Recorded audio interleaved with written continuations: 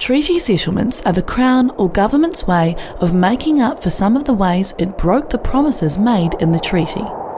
The Crown has agreed it breached the treaty in a number of ways, including land confiscation, execution or detention of prisoners without trial, failure to preserve enough lands for iwi, the impact of the native land laws, and the taking of Māori land for public works like hospitals and railroads, and then not using them for those purposes.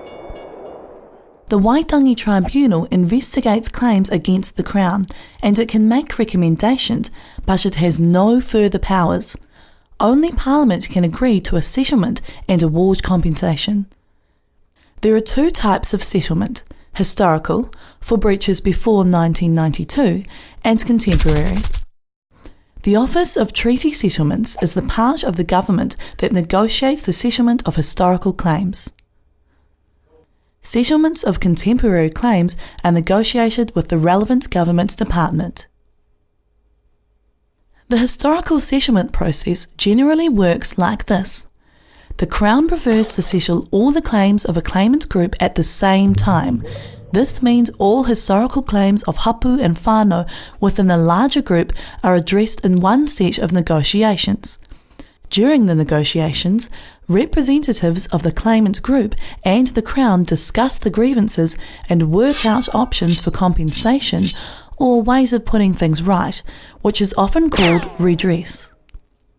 Settlement redress usually includes an apology by the Crown for the treaty breaches, commercial redress, such as property and money, cultural redress, such as recognition of traditional place names, access to traditional food sources, and say in management of sacred sites and resources on Crown land.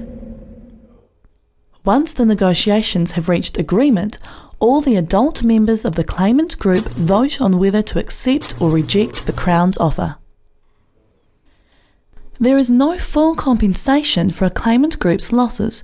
Instead, settlement redress tries to recognise what was lost, restore the relationship between the group and the Crown, and help with the group's economic development. Legislation is then passed in Parliament that puts the settlement into effect and prevents the group from making any further historical claims.